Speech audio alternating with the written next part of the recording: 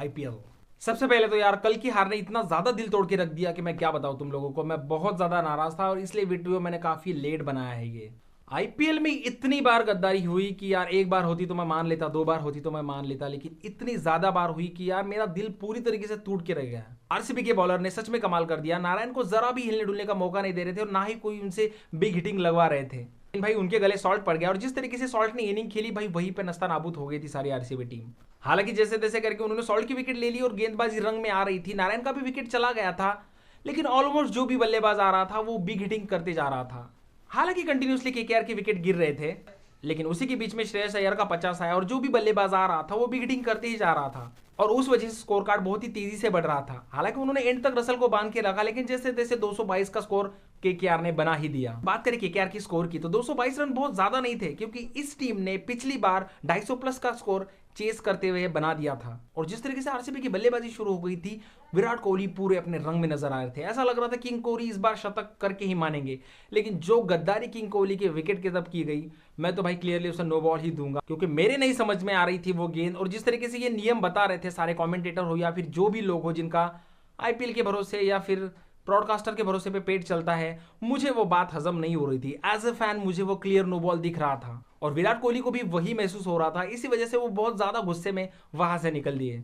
हालांकि डुप्लेसी भी बहुत ही जल्दी चले गए, लेकिन उसके बाद में जो ह्यूज जैक ने और पाटीदार ने जो रंगत जमाई, जो महफिल जमाई और ना ही बस आरसीबी की गेम में वापसी कराई, तो गेम में आरसीबी को बहुत आगे भी ढकेल दिया। वो देख के भाई मजा आ रहा था। ऐसा लग रहा था कि अब ये मैच बहुत ही आसानी से बनने वाला है। लेकिन उसके बाद में ह्यूज जैकमैन का विकेट जाना बहुत ही लाजमी सी बात है, क्योंकि ये बंदा स्पिनर को ज्यादा खेलता ही नहीं है। इसे जितने तेज गेंदबाज हो गए उतना खेलने में ज्यादा मजा आता है। जिस रंग में पाटीदार थे और जितना गंदा शॉट उन्होंने खेला, मारना लेग साइड को चाह रहे थे, लेकिन बॉल गई ऑफ साइड को, सीधी खड़ी हो गई और एक आसान सा कैच आउट हो गए, भाई वो मैं कभी नहीं भूलूं।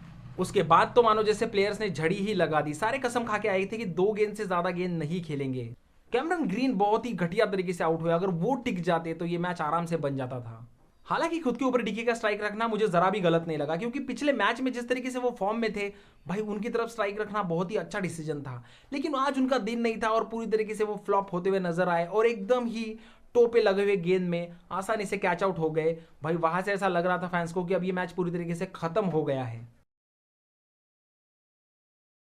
लेकिन फिर से एक बार आरसीबी का एक और प्लेयर खड़ा हुआ, करण शर्मा, जिन्होंने स्टार्क को मारे लगातार 3 छक्के। अब भाई मैच पूरी तरीके से एंड में आ गया था। चौथे गेंद में करण शर्मा की विकेट चली गई, कॉटन बोल्ड हुए वो स्टार्क के हाथों। उसके बाद में बस लकी फर्ग्यूसन को एक ही करना था जो उन्होंने पूरे टूर्नामेंट में किया था। हर एक ओवर में 10 की इकोनॉमी से 40-40, 50-50 रन उड़ा रहे थे। वो पूरा पाप धोने का अब उनका टाइम आ गया था। एक फास्ट बॉलर को एक शॉट मारना था और तेजी से बस 2 रन लेने थे। उसे बस भाग के 2 रन लेने थे, वो भी नहीं कर सके। मतलब कितनी दफा गद्दारी हुई।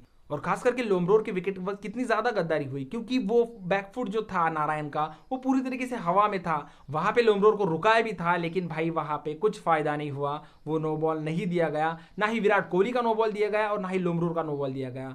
न जाने कितनी बार थर्ड अंपायर से, ग्राउंड फील्ड अंपायर से गद्दारी तो हुई हुई, लेकिन आरसीबी के खुद प्लेयर्स ने भी बहुत ही ज्यादा नाकारी दिखाई है। और वो एंड तक खड़े रहते तो ये मैच आरसीबी आराम से जीत जाता।